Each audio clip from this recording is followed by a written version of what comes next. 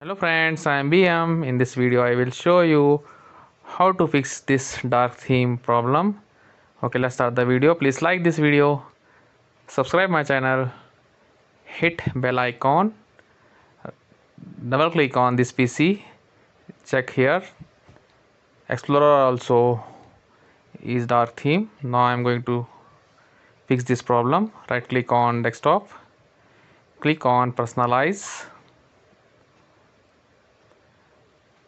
click on themes, scroll down, select any theme here. I am selecting this first theme, Windows. Click on this. Please wait, theme is applying.